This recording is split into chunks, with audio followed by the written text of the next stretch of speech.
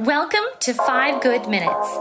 You're listening to today's inspirational message on the book of Mark with Jonathan Thiede. Welcome to 5 Good Minutes, where this week we are talking about Mark chapter 11. In this chapter, we will be wrapping up the section where Jesus approaches Jerusalem and he interacts with both friends and enemies.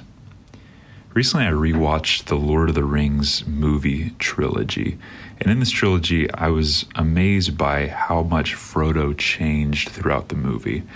He didn't just change in mode of character, but he changed in his quest for power. He loved power in the end, and the more he had the ring, the harder it was to give up that power. I think the point in all this is that due to sin, we are all power hungry. We might start off thinking we don't really need it, but then once we, just like Frodo, get our hands on some power, we realize that we can't do without it.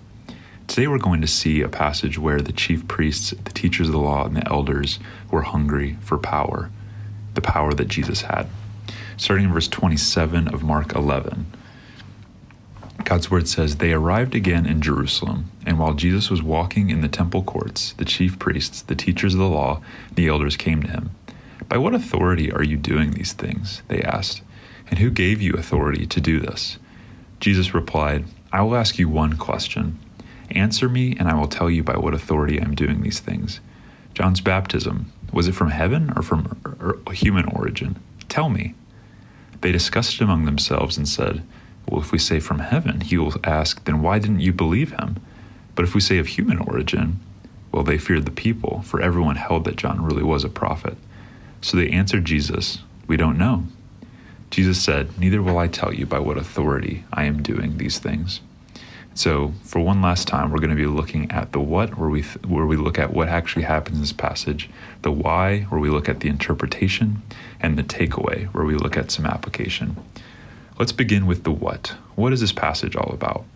Well, the first thing we see is that Jesus is interrogated.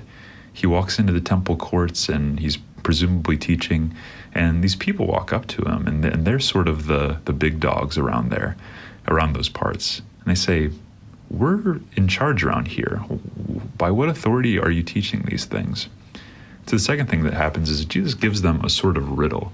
He gives them an unanswerable question in a lot of ways. It's a question that certainly has an answer. John's baptism was of heaven's origin, but Jesus gives them this riddle because he knows that they can't answer it. Then the third and final thing we see in this passage is that Jesus is unwilling to tell his heavenly authority. Let's now transition to the why. What's the interpretation?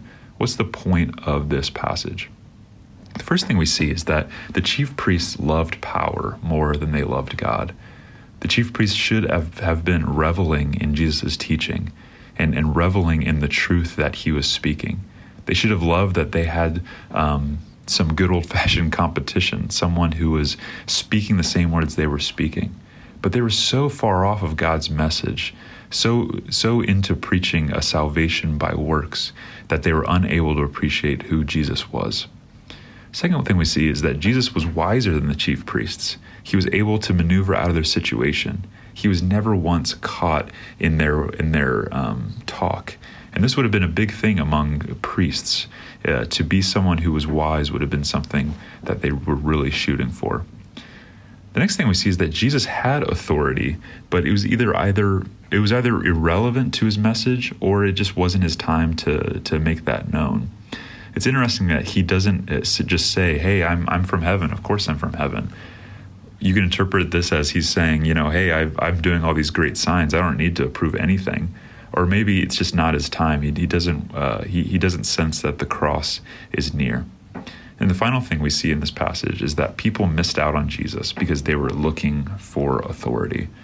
And so as we think about takeaways, potential application that we can change in our lives, we have to ask the question, in what areas do you trust authority over truth? And what I mean by this is, if you were to meet Jesus, would you be able to see him for who he is?